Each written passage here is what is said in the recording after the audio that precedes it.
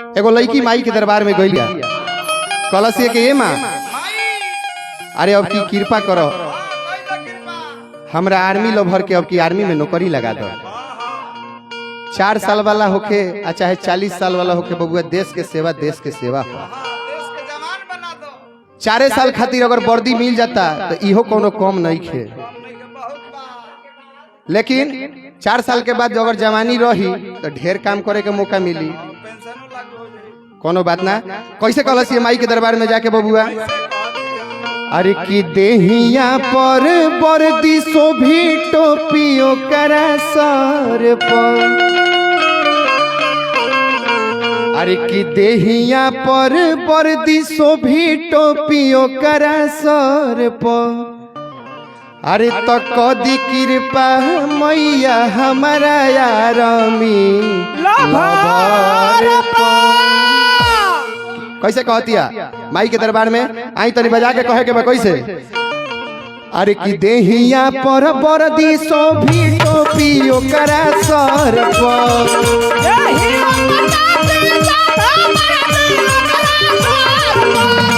देहिया पर वर्दी शोभी टोपियो करा सर पर, कृपा कदी मैया हमारा यारमी लभर पर, कृपा कदी मैया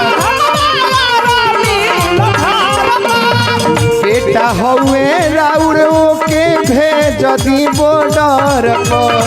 बेटा हवे राउर के भेज दी बॉर्डर पर, तो कृपा कदी मैया हमारा यारमी लभर पर,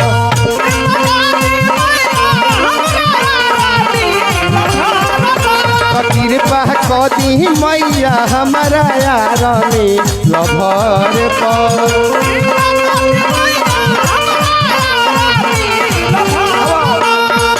गंगा जी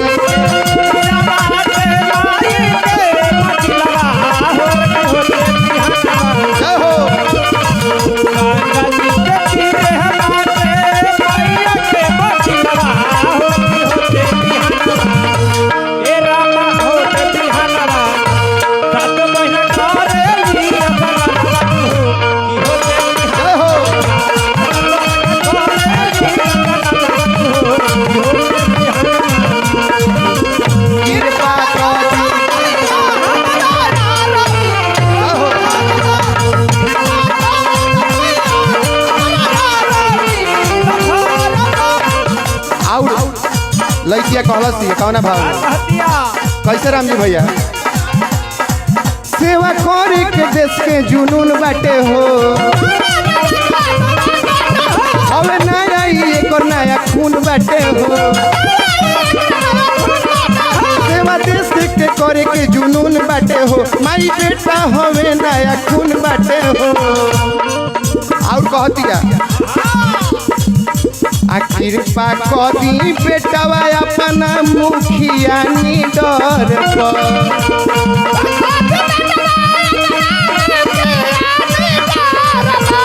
कृपा कदी मैया बेटवा अपना निडर पर, तो कृपा कदी मैया हमारा यारमी लभर पर,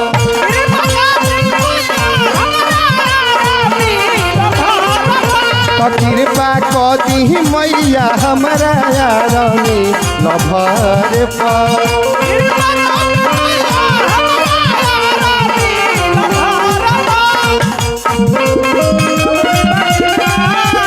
क्या बात है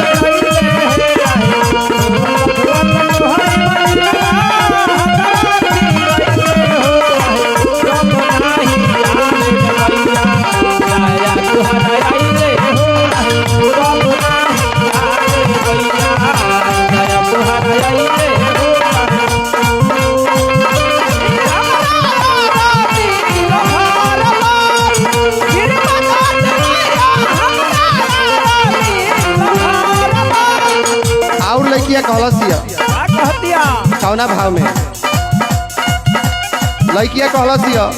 कि ओकर दोसर कोनो काम में मन नहीं खेला कर, दिन भर यह सोचत रहता कि कब वर्दी मिल जाओ, कब बंदूक मिल जाओ, कब 2-4 गो दुश्मन लोग के खत्म कर दी। कैसे कलसिया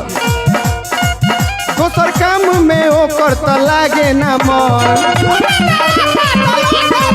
मन मार मी बाई है तो हमारो पसंद दोसर काम में ओकरा तो लागे ना मन कहे कौन आदमी बाटे है पसंद और कहतिया भेजी दे मैया हुई तोहरे ऑर्डर पर भेज दे मैया कोई रहू रे ऑर्डर पर कृपा करी मैया हमारा आरमी लभर पर कृपा करी मैया हमारा आरमी लभर पर कृपा करी मैया हमारा आरमी लभर पर